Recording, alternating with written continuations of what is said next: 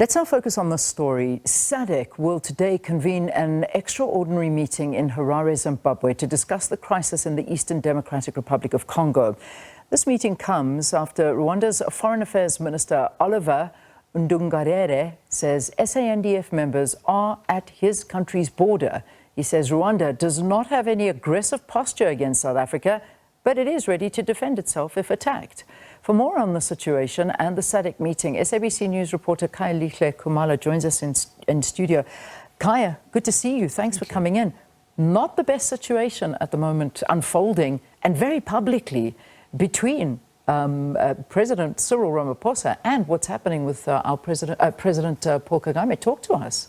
Well, that's right, Leanne. I mean, the battle lines have certainly been drawn here between Pretoria and Kigali, especially when you go back to that very strongly worded statement by the president of Rwanda, President Kagame, really just saying if South Africa is ready for confrontation, Rwanda is ready for that. But I think behind the scenes now, there's a lot of really just diplomatic work underway in terms of thawing these very frosted ties. I mean, it goes back to 2014 when South Africa really expelled the Rwandan diplomats, and also Kigali retaliated. So now with the crisis in Congo as well, so they are caught up in this situation where they do understand that the only way forward here is really just the achievement of the ceasefire, but making sure that the eastern part of DRC is able to be very peaceful, because this is an area that has really seen instability for some time, Leanne. I mean, you go back to that extraordinary summit by the SADC leaders in Namibia in 2023, where they decided to have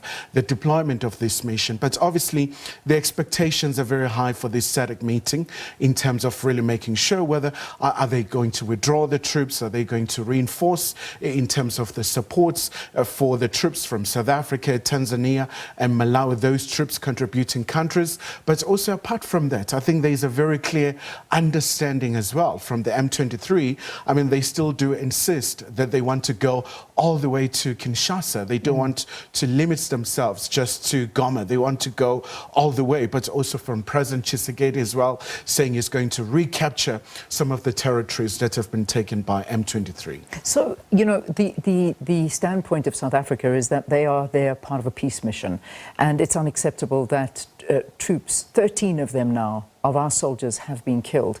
And this is where the problem's stemming from. But Rwanda saying, you shouldn't be there in the first place. So what do we do in a situation like this? Do we withdraw? Or is that a decision that we need to have from what this meeting is going to happen tomorrow? I mean, where do we stand on this? We almost cannot afford to lose more of our soldiers' lives there.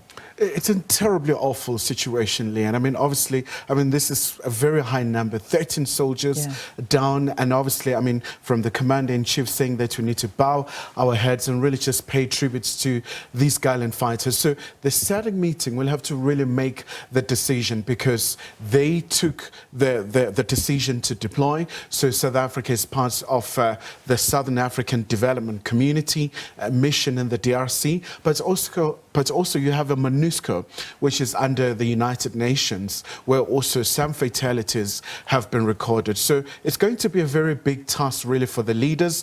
But when you look at the SADC itself in terms of the deployment, I mean, they do talk about the mutual pact in terms of defense.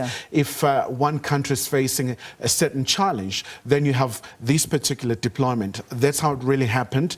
And I think we saw from the SANDF chief clarifying that South Africa is part of a peacekeeping mission, but obviously Kigali seems to have a very different perspective. They say this is a belligerent force, and obviously there's quite a lot at stake, you know, in this particular situation, especially because it's a very precarious, it's unstable, it's a very fluid situation at hand. It certainly is, but Kaya, do we know how many lives have actually been lost of other countries' soldiers? I mean, we keep talking about our 13 soldiers. We've got about 1,000 soldiers that are there currently on this peacekeeping mission, as it's been called.